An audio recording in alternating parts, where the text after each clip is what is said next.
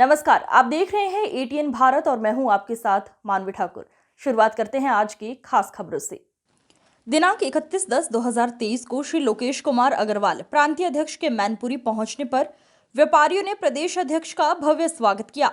प्रदेश अध्यक्ष ने मैनपुरी जिले के व्यापारी मंडल के सभी पदाधिकारियों के साथ बैठक में बोलते हुए श्री अग्रवाल ने बताया कि प्रदेश के अधिकांश जिलों में व्यापारी सेना के गठन की तैयारियां चल रही है। व्यापारियों में इस सेना में शामिल होने के लिए भरपूर उत्साह है। व्यापारी सेना का ड्रेस कोड, उनका परिचय पत्र, उनकी कार्यशैली व प्रशिक्षण शिविर आदि पर काम चल रहा है। त्योहारों में सैंपलिंग के नाम पर फूड विभाग व्यापारी उत्पीड़न कर अवैध वसूली की नीयत से छापेमारी की तैयारी कर रहे हैं। फूड एक्ट की विसंगतियों पर बोलते हुए कहा कि खाने पीने के सभी सामान खेत से निकल कर आते हैं। खेती में डालने वाली रासायनिक खाद व कीटनाशक के मानक तय नहीं है। सिंचाई में इस्तेमाल आने वाले भूगर्भ जल में भी भारी केमिकल एम्बुलेंस है। सभी खाद्य पदार्थ, फल, सब्जी, अनाज, दाल, मसाले आदि कृषि उपज पैदा करते समय खेती में अंधाधुंध कीटनाशक व रासायनिक खादों के इस्तेमाल होने के कारण प्राकृतिक रूप से अनेकों केमिकल अनियमितता होने वाली उपज में उत्पन्न हो चुकी है, जिससे खाद्य पदार्थों के मानक बदल गए हैं। तब कृषि उपज से खाद्य पदार्थ बनाने वाले व्यापारी किस प्रकार दोषी हो सकता है, ये सोचने का विषय है। जब तक खेत में इस्तेमाल की जाने वाली रासायनिक खाद व कीटनाशक के मानक तय न किए जाए, जब तक व्यापारियों के खाद्य पदार्थों की सैंपलिंग बंद की जाए। कर रहा है, जिससे उस पीड़ा को हम केंद्र सरकार और प्रदेश सरकार के समक्ष रखकर उसके हल करवाने का प्रयास कर सकें। जिन बातों को केंद्र सरकार और प्रदेश सरकार हमारी नहीं सुनेगी, उनके लिए हम एक आंदोलन की भूमिका तैयार कर रहे हैं।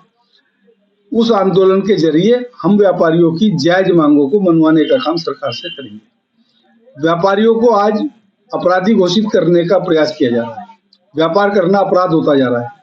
मल्टीनेशनल कंपनियां शॉपिंग मॉल, ऑनलाइन शॉपिंग सातों दिन अपना बाजार खोलकर माल बेच सकते हैं।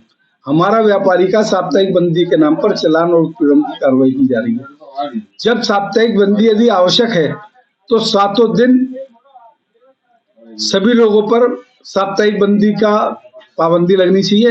अगर साप्ताहिक बंदी आवश्यक नहीं है तो व्यापारी को भी सातों दिन दुकान खोलकर कारोबार करने की इजाजत सरकार को देनी चाहिए। इसी तरीके से फूड एक्ट में मल्टीनेशनल कंपनियों का और बड़ी बड़ी कंपनियों का पार्ले बिस्कुट का और मैगी का जो सैंपल भरा जाता है, उसमें व्यापारी को भी अपराधी बनाया जाता है। जबकि भारत का संविधान ये कहता है कि किसी भी चीज में जिसमें जो अपराध नहीं किया है उसे सजा नहीं हो सकती। 10 रुपए का मैगी का पैकेट, 5 रुपए का पार्ले जी बिस्कुट का पैकेट बेचने वाला व्यापारी उसमें किसी तरह की मिलावट नहीं कर सकता, इसलिए उसे उस मामले में अपराधी नहीं बनाया जाना चाहिए। यदि बहुत आवश्यक है तो व्यापारी को गवाह बनाना चाहिए। इसी तरीके से सरकार ने खेती में कीटनाशक और रासायनिक खाद डालने के मानक तय नहीं किए। जब खेती से पैदा होने वाली सभी चीजों से ही व्यापारी सामान बनाकर बेचता है, जब खेती के मानक तय नहीं है तो हमारे कीटनाशक और रासायनिक खाद और भूगर्भ जल में जो केमिकल इम्बैलेंस है, उससे पैदा हुए सामान को जब हम बना के बेचते हैं तो हमारे सैंपलिंग सरकार को जब तक खेती के मानक तय न हो जब तक बंद कर देनी चाहिए। यदि सरकार इस तरह की कार्रवाई नहीं करेगी और व्यापारियों को अपराधी साबित करके जेल भेजने का काम करेगी तो व्यापार मंडल सड़कों पर उतरकर उन भ्रष्ट अधिकारियों को बाजार से भगाने का काम करेगा जो व्यापारी उत्पीड़न के लिए बाजार में आएंगे। 40 लाख रुपए तक जीएसटी की टर्नओवर वाले व्यापारी जीएसटी से बाहर है। जो हमारा कानून कहता है, जीएसटी एक्ट बना है, लोकसभा से पास हुआ है, माननीय राष्ट्रपति जी ने उस पर दस्तखत करे। हिंदुस्तान की सभी विधानसभाओं ने उस कानून को पारित करके भेजा था, मगर सरकार में बैठे हुए भ्रष्ट अधिकारी छोटे छोटे कस्बों में, गांवों में व्यापारी जो कभी सोच भी नहीं सकते कि उनके टर्नओवर 40 लाख होगी, उनका भी सर्वे और छापे के नाम पर उत्पीड़न करने का प्रयास कर रहे हैं। ऐसे अधिकारियों को सबक सिखाने के लिए एक आंदोलन की रूपरेखा तैयार की जा रही है। उस रूपरेखा पर काम करते हुए हम उन भ्रष्ट अधिकारियों को बाजार से भगाने का काम करेंगे। ये जो ऑनलाइन जो आज जो शॉपिंग चल रही है, तो कहीं ना कहीं जो व्यापारी उनको वहाँ दिक्कत आ रही है, जो दुकानदार है ऐसे हैं तो उनको दिक्कत आ रही है, तो इसमें क्या आप सुधार चाहते हैं? ऑनलाइन शॉपिंग से हमारा कोई झगड़ा नहीं है। हमारा झगड़ा सरकार के कानून से। कोई आदमी किसी भी तरीके से अपना माल बेच सकता है, व्यापारी उसका स्वागत करता है। हेल्दी कंपटीशन के लिए हम लोग तैयार हैं, मगर साप्ताहिक बंदी के नाम पर मेरी दुकान बंद और ऑनलाइन चालू, कैसे कंपटीशन करें? सैंपलिंग के नाम पर मेरे व्यापारी का सैंपल भरा जाएगा, ऑनलाइन वालों का सैंपल नहीं भरा जाएगा। मेरे व्यापारी को हर तरह का लाइसेंस और रजिस्ट्रेशन फूड एक्ट में लेना पड़ेगा। ऑनलाइन के जितने भी वेंडर खाने पीने का सामान बेच रहे हैं, किसी के पास कोई लाइसेंस नहीं है। डिलीवरी मैन जितने ऑनलाइन का सामान लेके जाते हैं, कोई बिल प्रोवाइड नहीं करवाते, कोई उनकी जीएसटी की जांच नहीं होती, कोई उन पर शॉप एक्ट लागू नहीं हो रहा, कोई श्रम विभाग का कानून लागू नहीं हो रहा, मिनिमम वेजेस एक्ट उन पर लागू नहीं है। तो किस तरीके से कंपटीशन करें हम? हमारे पैर में पत्थर बांध दिया गया और उन्हें खुली पहिए की सवारी दे दी गई। जितनी मोटरसाइकिलों से, स्कूटर से वो लोग माल सप्लाई कर रहे हैं, उनका कमर्शियल रजिस्ट्रेशन क्यों नहीं है? इस तरीके से हमारी केंद्र सरकार से और प्रदेश सरकार से मांग है, एक देश एक कानून की जो कल्पना की थी वो आदरणीय प्रधानमंत्री नरेंद्र मोदी जी ने की थी। हम व्यापार मंडल के माध्यम से नरेंद्र मोदी जी को उनका क्या हुआ वादा याद दिलवाना चाहते हैं कि एक देश एक कानून लागू करें। ऑनलाइन शॉपिंग वाले तो 1 महीने में बाजार छोड़ के भाग जाएंगे, जो कानून हमारे व्यापारियों पर लागू कर दो ना। उनके लिए लाल कारपेट क्यों और हमारे व्यापारी के ऊपर शिकंजा क्यों? व्यापार मंडल इस सिद्धांत के ऊपर लड़ाई लड़ेगा और उस लड़ाई को लड़के हम लोग व्यापारियों को सफलता दिलाने का काम करेंगे, और जिससे हमारा व्यापारी शांति से, संयम से, खुशहाली से अपना व्यापार कर सके, उसका रास्ता बनाने का काम व्यापार मंडल करेगा। ये तो आपने एक बड़े लेवल के मुद्दे उठाए थी। आप जनपद मैनपुरी में आए आज, यहाँ पर स्थानीय तौर पर आपको क्या समस्याएं मिली हैं?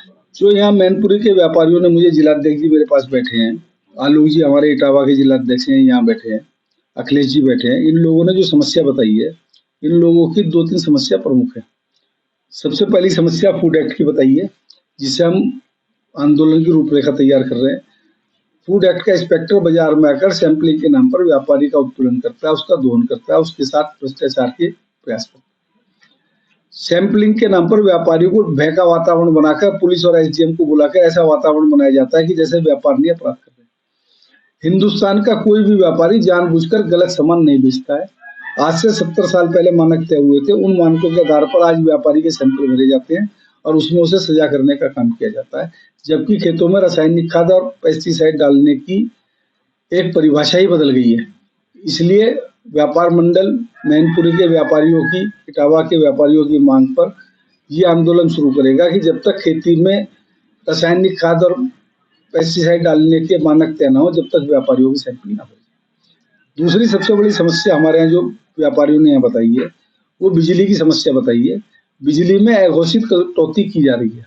दिन में कितनी बार बिजली जाएगी और कितनी बार बिजली आएगी, इसका कुछ पता नहीं है, और बिजली घर पे हमारे बिजली विभाग के अधिकारी इसका कोई रिकॉर्ड नहीं रखते हैं।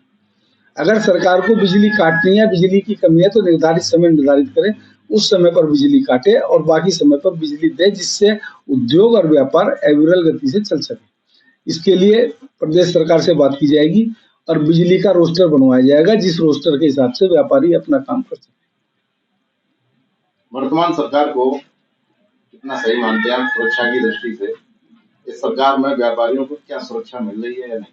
वर्तमान सरकार सुरक्षा की दृष्टि से अच्छा काम कर रही है, मगर मेरा आदरणीय मुख्यमंत्री योगी जी से एक प्रार्थना है कि जिस तरीके से सड़क के गुंडों पर उन्होंने लगाम लगाई है, इसी तरीके से सरकारी दफ्तर में बैठे हुए गुंडों पर लगाम लगाए, जिससे व्यापारी उत्पीड़न समाप्त हो सके।